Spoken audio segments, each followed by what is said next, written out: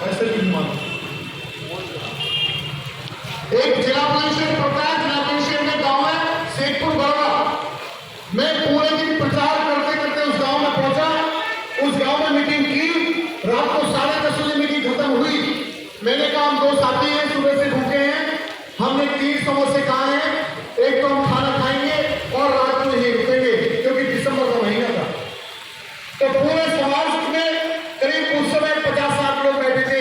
किसी ने यही नहीं कहा कि आज हमारे घर चलिए, लेकिन एक बुजुर्ग बोले भैया खाने का इंतजाम नहीं है, मेरे घर में जाके सो सकते हो, मेरे साथ चलो।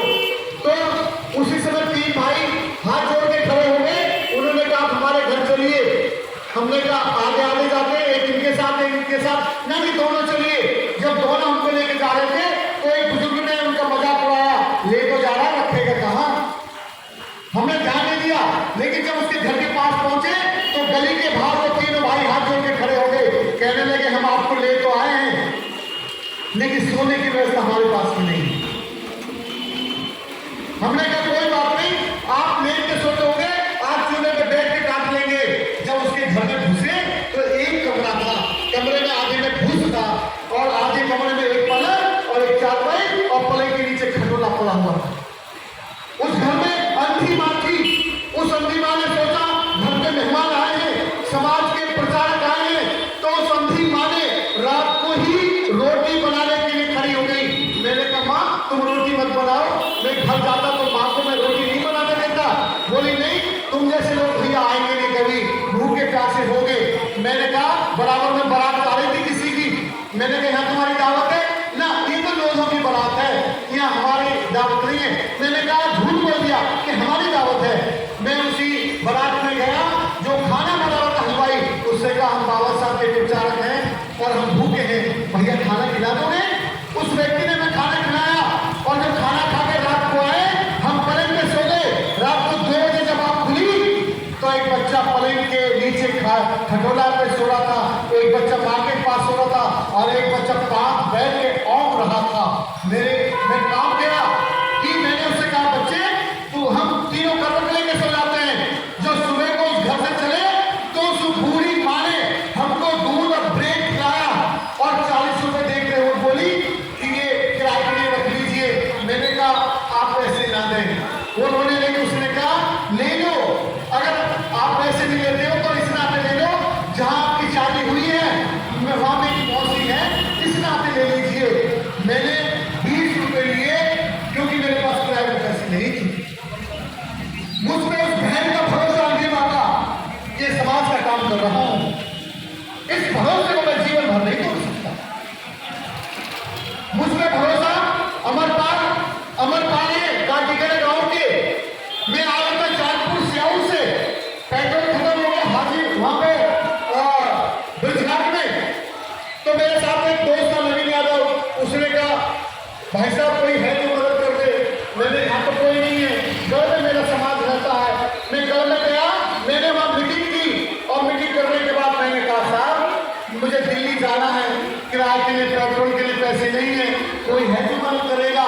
तुमने उनकी मदद की जिन्होंने तुम्हारे बच्चे मरवाए हिंदू मुसलमान के झगड़े में, और जिनके मरे और जब वो बना मंदिर तो वो कमेटी में ही नहीं है, जिनके बच्चे मरे। तो मैंने कहा कोई है जो मेरी मदद करे। तो पीले सूट में बहन आई, उसके पर्स में बाकी कागज ही थे, 10 रुपए रखे। उसने वही 10 रुपए मुझे दिए और मुझसे कहा भैया रुक ना बात चलते रहना।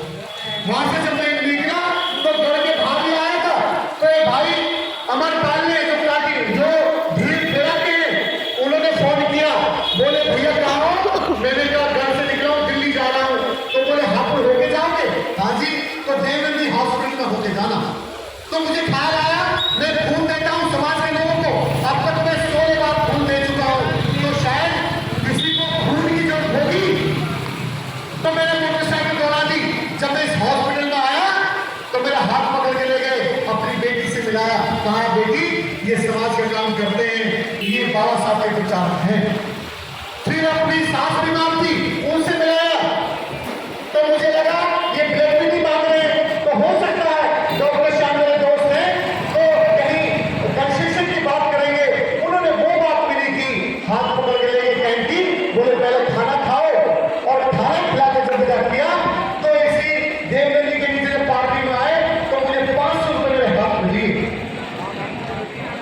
मैं बोला भाई साहब क्यों क्यों कर रहे हो? तुम्हारे बच्चे बीमार हैं? उन्होंने कहा तुम जैसे लोग जिंदा रहोगे तो समाज के हक रहेंगे वरना खत्म कर दिए जाएंगे। तुम्हारा जिंदा रहना ज्यादा जरूरी है। उस अमरपाल पार्टी और धीरे धीरे के भाई का कर्ज करके मैं जीवन में बदला हुआ जो खुद परेशान हो, बच्चे बीमार हो और फिर भी मेरी जिम्मेदारी समझता हो।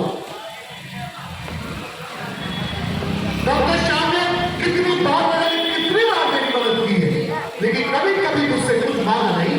कभी ये नहीं कहा उन्होंने कि मेरा प्रचार कर दीजिए, ये मेरे लिए बोल दीजिए, नहीं।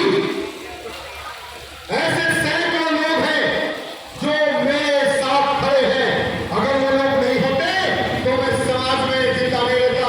सोचिए, अगर मुझे पानी पिलाने वाले लोग ना हो, अगर मुझे खाना खिलाने वाले लोग ना हो, अगर पेट्रोल के लिए मदद करने वाले लोग ना हो, तो मेरे के साथ भी चलेगा कैसे? मैं बोलना जानता हूं, समझौता कर लेता तो मैं गाड़ी में घूम रहा होगा, मैं बंगले में रह रहा होगा। मैंने समझौता नहीं किया है, मैं समझौता करूंगा।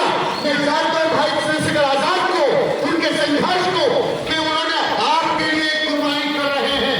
उन्होंने अपने पैर के नाखून खुलवा लिए आपके लिए, उन्होंने अपनी रीढ़ की हड्डी तोड़वा ली आपके लिए, अपना जबड़ा तोड़वा लिया आपके लिए, और 20 घंटे 18 घंटे वो काम करते हैं सिर्फ आपके लिए।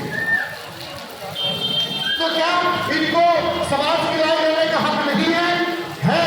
और जिस भाई वीरेंद्र श्री जी ने भाई चंद्रशेखर आजाद को पंख लगाए, जैसे बाबा साहब अम्बेडकर को पंख लगाए, किसने? सयाजीराव गायकवाड़ ने। अगर सयाजीराव गायकवाड़ नहीं मिलते तो बाबा साहब विदेश में नहीं पढ़ते। भाई चंद्रशेखर आजाद पैदल चल रहे थे, इनके पास किराए पर तो पैसे नहीं होते थे, तो भाई वीरेंद्र श्री जैसे लोग मिले तो हेलीकॉप्टर में हुए, हवाई जहाज में हुए, और पुलिस वालों और उन्होंने कहा वीरेंद्र श्री ने कि तुम्हारे सारे मुकदमे हम लड़ेंगे, आपको जो करना कीजिए। तो उनके अंदर जज्बा पैदा हुआ कि मेरे पीछे का इतना ताकतवर इंसान खड़ा है, तो उन्होंने आंखों में आग डाल के बात की, देश के प्रधानमंत्री से भी नहीं डरते संसद। और वही भाई वीरेंद्र श्री जी आपके हापुड़ से प्रत्याशी हैं, तो जिसने अपना सब कुछ कुर्बान कर दिया हो समाज के लिए, समाज में एक लीडर देने के लिए, क्या हापुड़ के लोगों के साथ नहीं देंगे? देना चाहिए। मैं नहीं कहता हूं आइए और कोई और लड़ रहा है तो उनके साथ जाओ। अगर आपको आजादी है, अगर ये लड़ाई कोई और लड़ रहा हो, पूरे देश में भीम आर्मी आजाद समाज पार्टी के लोग ही शोषण के खिलाफ खड़े, बाकी की कोई नहीं खड़ा। मेरे समाज, मेरे देश के लोगों, मेरे हापुड़ के लोगों, मैं भरोसा करता हूं इस मुहिम में आप हमारा साथ देंगे। जो लोग पार्टी के सदस्य बनना चाहते हो, ये बात कोड है, अपने यूपीआई पिन से आप 20 रुपए पार्टी को डोनेट करेंगे तो आपके कार्ड बन के आएगा। 1 साल की सदस्यता है, वो कार्ड अपनी जेब में रखना, और कोई तुम्हारा शोषण करे ना, कोई तुम्हें धमकाए तो अपनी आइडेंटिटी दिखा देना, आजाद समाज पार्टी का आदमी हूं। अगर तुमने शोषण किया तो तुम्हारी बारात हम निकाल सकते हैं। इतनी सुरक्षा की गारंटी अगर आपको 20 रुपए में मिलती है, और मेरे जैसा आदमी समाज में जिंदा रहता हो, तो 20 रुपए साल के ज्यादा नहीं है। मेरे जैसे आदमी को अगर पर डे 1 रुपया भी आप डोनेट करेंगे, और हाथों में 10-20 लोग भी मिल जाएंगे ऐसे, तो मुझे किसी के लिए पेट्रोल की भीख नहीं मांगनी पड़ेगी। मैं समझता हूं आपने मेरी बात को ध्यान से सुना है, मैं दिल से आपका आभार व्यक्त करता हूं। एक जरूरी बात है जो बताना चाहता हूं आपको, क्योंकि लोग संकीर्ण मानसिकता के लोग हैं। मैं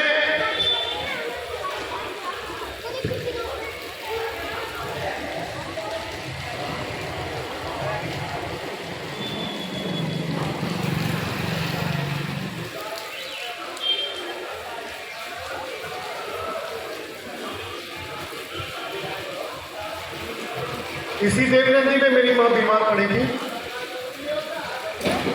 मेरे पास इलाज के लिए पैसे नहीं थे।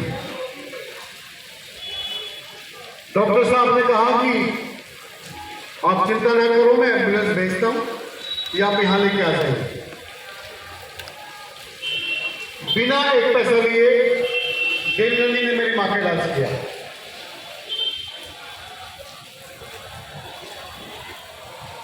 उन्होंने कहा आप समाज की धरोहर हो,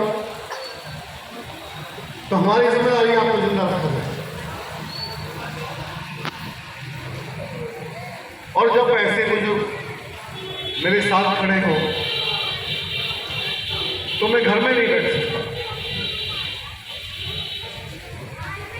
मेरे जीवन की कोई समस्या नहीं, बस एक ही समस्या है, अगर मेरे समाज के लोग शराब पीना बंद कर दें तो हम एक अच्छे भारत का निर्माण कर सकते हैं। हमारे आदर्श बाबा साहब अम्बेडकर हैं। उन्होंने कहा है जुल्म करने वाले से जुल्म सहने वाला ज्यादा बनेगा। अगर हम जुल्म सह रहे हैं तो बाबा साहब के मिशन के सिपाही नहीं है। अगर हम शिक्षा से दूर हैं तो बाबा साहब का शोषण कर रहे हैं, उनके कद को छोटा कर रहे हैं। अगर हम अंधविश्वासी हैं, हम बाबा में भगवान ना देख के पत्थर में भगवान देख रहे हैं, तो हम बाबा साहब के सिपाही नहीं हैं। मेरे साथ एक हादसा हुआ बचपन में। मेरे पिताजी त्यागी में हम काम करते थे। बुगरासी कस्बा पड़ता है जिला बुलंदशहर में, पास में बराना गांव पड़ता है। बेटा ठीक से बनाना है, ऐसे बनाना है। हाँ ऐसे बनाना। तो वहां पे त्यागों का गांव है, त्यागी वहां जमींदार हैं। तो 3 भाई थे, टूना झम्मन सोबा। 550 जमीन के जोता थे। मेरे पिताजी वहां मजदूरी किया करते थे। एक दिन मेरे पिताजी ने उनसे झगड़ा कर लिया। 2 भाई को हमसे जातिवादी मानते थे। खाट पे सो गए तो उठा दिया, ये छांव में बैठ गए तो जाके मिला। लेकिन एक भाई थे वो बहुत प्यार करते थे तो वो भी त्यागी, लेकिन वो ज्ञानवान थे, वो मानवतावादी थे। उन्होंने मेरे पिताजी से एक दिन झगड़ा किया। बोले कीड़े क्यों लाता बालों को छोल में? तो मेरे पिताजी बोले कि मेरा काम भी आसान हो जाता है और मुझे ज्यादा फेरे नहीं करने पड़ते घास के, एक ही बार में मैं चारा ले जाता हूं भैंसों का। तो उन्होंने कहा कमबख्त, तेरा बाप मर गया हमारे यहाँ छोड़ करते करते, तेरा जीवन निकलना छोड़ करते करते, इन बच्चों से छोड़ करवाएगा। वो तो क्या करूं? अरे नहीं स्कूल भेज। मैं आज सोच रहा हूं, वो जमींदार थे, हम मजदूर थे। वो उनका सही समय था, हमारा बुरा समय था। उन्होंने अपने अच्छे समय में अगर ये सोचा होता कि मजदूर का बेटा मजदूरी बनना चाहिए, ये पढ़ाना नहीं चाहिए, लेकिन उन्होंने उससे पूर्व के सोचा मजदूर को बच्चे को पढ़ाने के लिए मेरे पिताजी को जागरूक किया। मैं पढ़ के आज इस लायक हुआ तो आज मेरी जिम्मेदारी है। बहुत सारे त्यागी ठाकुर जाटों के बच्चे शराबी हो गए, जमीन से इसका आदर में पड़ गई, कमाना सीखा नहीं, रस्सी जल गई बल गए नहीं, वो ठाकुर और जाट बने रहे और गरीब के साथ कंधे से कंधा मिलाकर चले नहीं। इसके लिए उनकी स्थिति बस से बदतर मिल जाएगी। हाथों में बहुत सारे जाट पूजर ठाकुर आपको टर्री चला के मिल जाएंगे, आपको सब्जी का ठेला लगाते मिल जाएंगे, दाल बेचते मिल जाएंगे और ठेके में पड़े हुए लोग मिल जाएंगे। तो उनकी जिम्मेदारी कौन उठाएगा? उनकी भी जिम्मेदारी हमारी है। हमें जाति धर्म से पूछकर उनको जागरूक करना चाहिए, उनको भी शिक्षा की ओर लाना चाहिए, उनको भी मिशन बताना चाहिए क्या है बाबा साहब। और जब भी बोल के रोज दारू पिएंगे तो लोगों को लगेगा ऐसे ही होंगे बाबा साहब जैसा ही हुआ। परिचय बाबा साहब का देना है तो वैसा दीजिए जैसे बाबा साहब थे। बस मेरी यही पीड़ा है। आपने मेरी बात को ध्यान से सुना। जो आजाद समाज पार्टी के मेंबर बनना चाहते हो बन सकते हैं, या तो अपने मोबाइल से मैं बना दूंगा, 20 रुपए पे करना पड़ेगा। अगर या तो अपने पेटीएम से जाएगा पार्टी QR कोड है या फिर मैं मेरे खाते से कटवाऊंगा तो कैश मुझे देना पड़ेगा, और वो आई कार्ड आपके पास में आएगा, उसकी फोटो कॉपी करा के जैसे आधार कार्ड रखते हो जेब में रखना, कोई तुम्हें धमकाए तो आपको मार डाल के धमका देना, क्योंकि चंद्रशेखर तुम्हारे साथ खड़ा है और ये उमेश भी तुम्हारे साथ खड़ा है। मेरी बात समाप्त हो गई। जय भीम, जय भारत, जय संविधान।